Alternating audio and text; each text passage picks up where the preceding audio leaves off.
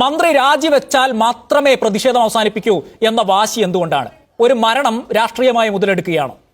സാധാരണഗതിയിൽ ഇപ്പോ ഏതെങ്കിലും തരത്തിലുള്ള ഒരു നെഗ്ലിജൻസ് കൊണ്ടോ അല്ലെങ്കിൽ ഏതെങ്കിലും തരത്തിൽ മന്ത്രിയുടേതല്ലാത്ത നെഗ്ലിജൻസ് കൊണ്ട് എന്തെങ്കിലും തരത്തിലുള്ള അപകടങ്ങൾ ഉണ്ടായാൽ ധാർമ്മികതയുടെ പേരിൽ പലരും രാജിവെച്ച ചരിത്രം ഇന്ത്യയിലുണ്ട്. അത് ട്രെയിൻ മന്ത്രി രാജിവെച്ചിട്ടുണ്ട്, അല്ലാതെ തന്നെ മുഖ്യമന്ത്രിമാർ രാജിവെച്ചിട്ടുണ്ട്. ധാർമ്മികത ഉയർത്തിപ്പിടിച്ചുകൊണ്ട് പല രാജ്യങ്ങളും കേരളവും ഇന്ത്യയും കണ്ടതാണ്. ഇവിടുത്തെ പ്രശ്നം എന്താണ്?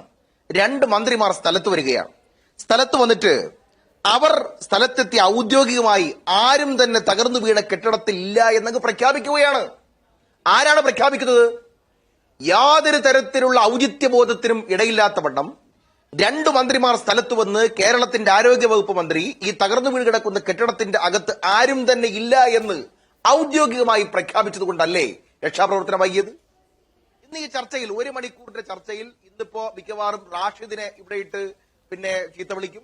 മലയാള മനോരമയെയും മലയാള മനോരമയുടെ സ്ഥാപകന്റെയും കുടുംബത്തെയും അദ്ദേഹത്തിന്റെ പൂർവ്വപിതാമഹന്മാരെയും ഇവിടെ ചീത്ത വിളിക്കും, ചർച്ച അലമ്പാക്കും, ചർച്ചയിൽ ബഹളം വെക്കും. ഇതെല്ലാം ഇന്ന് സജീഷിൽ നിന്നും ഇടതുപക്ഷ പ്രതിനിധിയിൽ നിന്നും ഞാൻ പ്രതീക്ഷിക്കുകയാണ്. കാരണം എന്താണ്?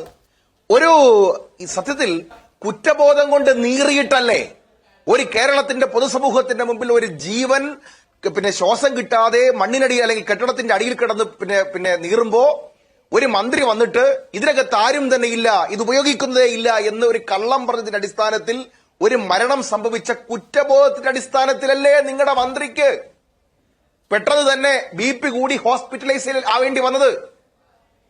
ആര് പറഞ്ഞിട്ടാണ് കേരളത്തിലെ ആരോഗ്യ വകുപ്പ് മന്ത്രി ഇതിനകത്ത് ആരുമില്ല എന്ന് പറയാൻ അവരെ ആരാണ് ചുമതലപ്പെടുത്തിയത്?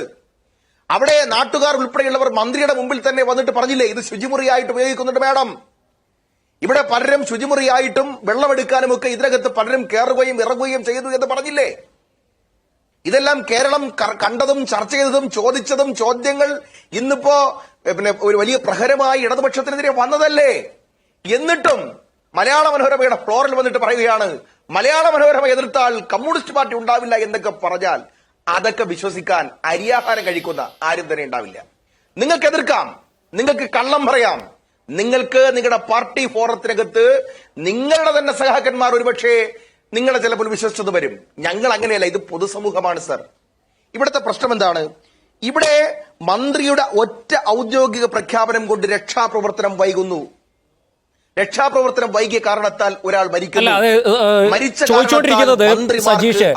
ഈ രക്ഷാപ്രവർത്തനം തടയുന്ന തരത്തിലുള്ള ഒരു പ്രസ്താവന അല്ലെങ്കിൽ അതിനകത്ത് ഇനി ആളില്ല എന്ന തരത്തിലുള്ള ഒരു പ്രസ്താവന മന്ത്രി നടത്തിയിട്ടുണ്ടോ എന്നാണ് ചോദിക്കുന്നത്.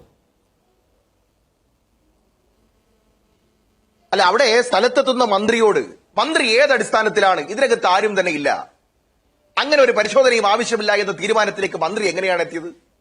ആരാ മന്ത്രി അങ്ങനെ ധരിപ്പിച്ചത്? അത് പറഞ്ഞത് ആദ്യം ഞാനാണ് അങ്ങനെ പറഞ്ഞത് എന്ന് ഇന്നിപ്പോ എവിടെയോ ആശുപത്രിയുടെ സൂപ്രണ്ട് പറഞ്ഞതായിട്ട് കേട്ടു.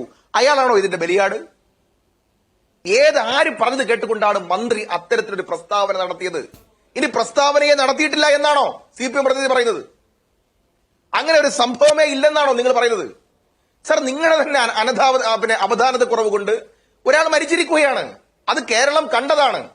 60 കൊല്ലത്തിന് മുകളിൽ പഴക്കമുള്ള കെട്ടിടം അവിടെ ജനങ്ങൾ, രോഗികൾ ഉപയോഗിക്കുന്നു എന്നറിഞ്ഞിട്ടും അതിനെ കൃത്യമായിട്ട് തന്നെ ആശുപത്രികളിൽ ബിൽഡിംഗ് ആഡിറ്റ് നടത്തി അതിനെ ഇടിച്ചു പൊളിച്ച് കളയാൻ കോൺട്രാക്ട് കൊടുക്കുന്നതിന് പകരം നിങ്ങൾ അത് വീണ്ടും വീണ്ടും ഉപയോഗിക്കാനായി തുറന്നു വെച്ചു കൊടുത്തവരാണ് നിങ്ങൾ. എന്തുകൊണ്ടാവാം? ഉദ്ഘാടന മാമാങ്കം നടക്കാൻ പിണറായി അങ്ങുന്ന് എഴുന്നള്ളാത്തത് കൊണ്ടാണോ അവിടത്തെ പണി പൂർത്തിയായി കിടക്കുന്ന ന്യൂ ബ്ലോക്ക് കേരളത്തിലെ സാധാരണക്കാരായ കോട്ടയത്തിലെ ആളുകൾക്ക് വേണ്ടി തുറന്നു കൊടുക്കാത്തത്? ഉദ്ഘാടന മാമാങ്കത്തിന് വേണ്ടിയിട്ട് കാത്തു നിൽക്കാതെ ഇപ്പൊ നിങ്ങൾക്ക് തുറന്നു കൊടുക്കേണ്ടി വന്നല്ലോ. ജനങ്ങളുടെ പ്രതിഷേധം കാരണം നിങ്ങളിപ്പോ ആ ബഹുനില കെട്ടിടം പണി പൂർത്തിയാക്കിയിട്ടിട്ടും നിങ്ങൾ കയറ്റി ആളുകളെ ചികിത്സയ്ക്ക് വേണ്ടിയിട്ട് വിട്ടുകൊടുക്കാത്ത കെട്ടിടം നിങ്ങൾക്ക് ഇപ്പൊ തുറന്നു കൊടുക്കേണ്ടി വന്നില്ലേ? നിങ്ങളുടെ മന്ത്രിമാർക്ക് ആ മരണ വീട്ടിൽ പോകാൻ പറ്റാത്ത വണ്ണം ജനങ്ങൾ തടസ്സം സൃഷ്ടിക്കപ്പെട്ടില്ലേ? അവിടെ മന്ത്രിമാരെ തടയുന്ന വീട്ടിലേക്ക് ചാണ്ടി ഉമ്മൻ ഒരുമിച്ചിറങ്ങി ഒറ്റക്കെട്ടായിട്ട് പോയില്ലേ? ചാണ്ടി ഉമ്മനെ ജനം സ്വീകരിച്ചില്ലേ? ആ പ്രതിഷേധിച്ചു എന്നതിന്റെ പേരിൽ നിങ്ങൾ ചാണ്ടി ഉമ്മനെതിരായി കള്ളക്കേസെടുത്തില്ലേ? ഇന്നിപ്പോ കേരളത്തിന്റെ തെരുവുകളിൽ യൂത്ത് കോൺഗ്രസ് നടത്തുന്ന സമരങ്ങളെ തടയുമെന്ന് പറയാൻ ഡിവൈഎഫ്ഐക്ക് എന്താ അധികാരം? ഡിവൈഎഫ്ഐ ജനങ്ങളോടൊപ്പം എന്തുകൊണ്ട് ഈ മരണത്തിന് ഉത്തരവാദിത്തം ഏറ്റെടുക്കേണ്ടവരല്ലേ? നിങ്ങൾ തിരിച്ചൊന്ന് ചിന്തിച്ചു നോക്കൂ റാഷിദെ. ആരോഗ്യ വകുപ്പ് മന്ത്രി കേരളത്തിലെ കോൺഗ്രസിന്റേതായിരുന്നു എന്ന് കരുതുക. ആ മന്ത്രി സ്ഥലത്ത് വന്നിട്ട് രക്ഷാപ്രവർത്തനം അവരുടെ തന്നെ ബോധപൂർവമോ അല്ലാതെയായിട്ടുള്ള വാക്കുകൊണ്ടോ പ്രവൃത്തി കൊണ്ടോ തടസ്സപ്പെട്ടെന്ന് കരുതുക.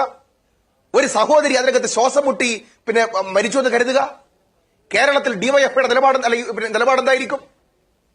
കേരളത്തിൽ മന്ത്രികളുള്ള നിലപാടെന്തായിരിക്കും? അല്ല, അതൊരു ഹൈപ്പോത്തറ്റിക്കൽ ക്വസ്റ്റ്യൻ ആണ്. പക്ഷേ ഇതിനകത്ത് ഇന്ന് മന്ത്രി വി എൻ വാസവൻ ചൂണ്ടിക്കാണിച്ച ഒരു കാര്യമുണ്ട്. Shri B R M Shafeer, 11 പേരുടെ മരണത്തിനിടയാക്കിയ ചിന്നസ്വാമി സ്റ്റേഡിയം ദുരന്തത്തിൽ അന്ന് കർണാടകയിലെ മന്ത്രിമാർ രാജിവെച്ചോ? വിമാനാപകടം ഉണ്ടായപ്പോൾ പ്രധാനമന്ത്രി നരേന്ദ്രമോദി രാജിവെക്കണമെന്ന് ആരെങ്കിലും ആവശ്യപ്പെട്ടോ? ഇവിടെ റോഡിൽ ഗതാഗത പ്രശ്നവുമായി ബന്ധപ്പെട്ട് ധാരാളം അപകടങ്ങൾ ഉണ്ടാകുന്നു, ഗതാഗത മന്ത്രി രാജിവെക്കണമെന്ന് ആരെങ്കിലും ആവശ്യപ്പെടുന്നുണ്ടോ? ഈ ബിൽഡിംഗ് ആരോഗ്യമന്ത്രി തള്ളിയിട്ടതാണോ എന്നാണ് ചോദിക്കുന്നത്. ഈ ബിൽഡിംഗ് ആരോഗ്യമന്ത്രി തള്ളിയിട്ടതാണോ എന്നാണ് ചോദിക്കുന്നത്. ആരും കുത്തി തള്ളിയിട്ടൊന്നുമല്ല. കുത്തി തള്ളിയിട്ടതോ ദേ ചെന്ന് കയറി കൊടുക്കൂ കേട്ടോ, അവിടെ അങ്ങ് മരിച്ചു വീഴുകയാണ്, ഇടിഞ്ഞു വീഴട്ടെ എന്ന് മന്ത്രി കൽപ്പിച്ചൊന്നും ഞങ്ങൾ പറയുന്നില്ല. ഇവിടുത്തെ പ്രശ്നം എന്താണ്? ചിന്നസ്വാമി സ്റ്റേഡിയത്തിൽ കയറി പിടിക്കേണ്ട കാര്യം എന്താണ്? അവിടെ ഏതെങ്കിലും മന്ത്രിയോ മുഖ്യമന്ത്രിയോ പോയിട്ട് പറഞ്ഞോ ഈ ചിന്നസ്വാമി സ്റ്റേഡിയം ഇടിഞ്ഞു വീണിട്ടില്ല, അവനിങ്ങനെ ഇത് ഒരു തരത്തിലും ഇടിഞ്ഞു ഒരു കാലത്തും ഇടിഞ്ഞു വീഴത്തില്ല എന്നൊരു സ്റ്റേറ്റ്മെന്റ് അവിടെ ആരെങ്കിലും പറഞ്ഞോ? ഒരു അപകടം, ഒരു ഒക്കറൻസ് സംഭവിച്ചു കഴിഞ്ഞാൽ അവിടേക്ക് ആളുകൾ മന്ത്രിമാരുൾപ്പെടെയുള്ളവർ സ്ഥലത്ത് പോകും. ഒരു ആരോപണം കേട്ട് കഴിഞ്ഞാൽ നൈതികതയുടെ പേരിൽ ഒരു മന്ത്രിയുടെ മുമ്പിൽ ഇത്തരം ഒരു സാഹചര്യം ഉണ്ടായി എന്താണ് വീണ ജോർജ് പറയേണ്ടത്? എന്താണ് ശരി? അതിനകത്ത് ആളുണ്ടെങ്കിൽ നമുക്കത് കൃത്യമായി തന്നെ പെട്ടെന്ന് തന്നെ അതിന്റെ അത്യാധുനിക തരത്തിൽ നമുക്ക് രക്ഷാപ്രവർത്തനം നടത്തി അവരെ രക്ഷിക്കാൻ കേട്ടോ, ഒരല്പം എനിക്കൊരു സാവകാശം തരണം എന്നല്ലേ പറയേണ്ടത്? ശരി, നിങ്ങൾ അങ്ങനെ സംശയം പ്രകടിപ്പിച്ച സ്ഥിതിക്ക് ഒരു സഹോദരിയോ അല്ലെങ്കിൽ ഒരു സഹോദരനെയോ കാണാതെ പോയി എന്നുള്ള ആരോപണം കൂടി വന്ന സ്ഥിതിക്ക് അതിനകത്തുണ്ടോ എന്ന് നമുക്ക് പെട്ടെന്ന് തന്നെ പരിശോധിക്കാൻ കേട്ടോ എന്നല്ലേ ഒരു മന്ത്രി പറയേണ്ടത്? ഞാനൊന്ന് പെട്ടെന്ന് തന്നെ ഒന്ന് വെരിഫൈ ചെയ്യിക്കാൻ കേട്ടോ. ശരി, അതുകൊണ്ട് മന്ത്രി രാജിവെച്ചേ അടങ്ങൂ എന്ന വാശിയിലാണ്. ഈ ഒരൊറ്റ വാക്കുകൾ കൊണ്ട് അല്ലെങ്കിൽ അവിടെ ഏതെങ്കിലും ഒരു ജീവനുണ്ട് എന്ന് വ്യക്തമായി കഴിഞ്ഞാൽ കേരളത്തിലെ ഏതെങ്കിലും മന്ത്രിമാർ അതിന് രക്ഷാപ്രവർത്തനം നടത്തുന്നതിന് തടസ്സം നിൽക്കും എന്ന് നമുക്ക് വിചാരിക്കാൻ. കാരണം ഈ ഒരു കാരണത്തിന് പുറമെ ഇന്ന് തന്നെ ഇപ്പൊ നോക്കൂ, അവിടുത്തെ മെഡിക്കൽ കോളേജിലെ ഹോസ്റ്റലിൽ അവിടുത്തെ പിന്നെ കുട്ടികൾ അവിടെ ഇറങ്ങി വന്ന് സമരം നടത്തുകയാണ്. എന്താണ് സമരത്തിന്റെ കാരണം? ആ ഹോസ്റ്റലിലെ കോട്ടയം മെഡിക്കൽ കോളേജിലെ ഹോസ്റ്റലിൽ 250-ൽ പരം കുട്ടികൾ ഇത് സമരം നടത്തുന്നു. അവിടെ ഹോസ്റ്റൽ മുറി തന്നെ, ഹോസ്റ്റൽ കെട്ടിടം തന്നെ ഇടിഞ്ഞു വീഴാൻ പോവുകയാണ്. അവിടെ അടർന്നു വീഴുന്ന സീലിംഗുകൾ കാണിച്ചു തരുന്നു, അവിടുത്തെ ഭിത്തികൾ പൊട്ടിപ്പടർന്നു കിടക്കുന്ന ഭിത്തികൾ കാണിച്ചു തരുന്നു, ഹോസ്റ്റലിലെ തകർന്നു വീഴുന്ന സ്ഥിതി കാണിച്ചു തരുന്നു. കുട്ടികളെ എത്രയും പെട്ടെന്ന് ഒഴിപ്പിക്കണമെന്ന് ജനപ്രതിനിധികൾ ഉൾപ്പെടെയുള്ളവർ ആവശ്യപ്പെടുന്നു. രണ്ടാമത്തെ അപകടം കോട്ടയം മെഡിക്കൽ കോളേജിലെ അവിടുത്തെ MBBS മെൻസ് ഹോസ്റ്റലിൽ സംഭവിക്കാൻ പോവുകയാണ്. വിഷയങ്ങൾ പ്രതിപക്ഷത്തിന് ഉന്നയിക്കാറുണ്ട്, സ്വാഭാവികമായും അത് ഇതിന്റെ കൂടെ പറയുന്നു. ശരി,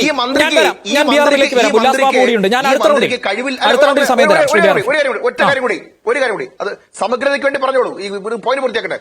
എന്തുകൊണ്ടാണ് ഇത് പറഞ്ഞാൽ കഴിഞ്ഞ ആഴ്ചയല്ലേ വാക്സിൻ എടുത്ത ഒരു കുട്ടി പേപ്പട്ടി വിഷബാധയേറ്റ് മരിച്ചത്?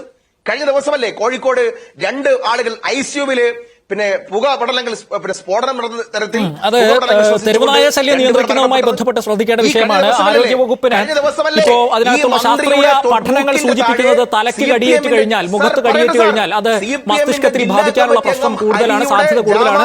അതുകൊണ്ട് അത് മരണത്തിലേക്ക് നയിച്ചേക്കാം. വാക്സിൻ എടുത്താലും ഒരുപക്ഷെ മരിക്കുന്ന സാഹചര്യം ഉണ്ടായേക്കാം. അപ്പൊ അതൊക്കെ നമ്മൾ നേരിട്ട് ആരോഗ്യവകുപ്പുമായി കുറ്റപ്പെടുത്തണോ എന്നുള്ള ചോദ്യം അവിടെ ഉണ്ട്. വിമർശിക്കാം, പക്ഷെ അത് വസ്തുനിഷ്ഠമാകണം. വിമർശിക്കുന്നത് വസ്തുനിഷ്ഠമാകണം എന്നുള്ളതേ ഉള്ളൂ. ഞാൻ വരാം. ശരി.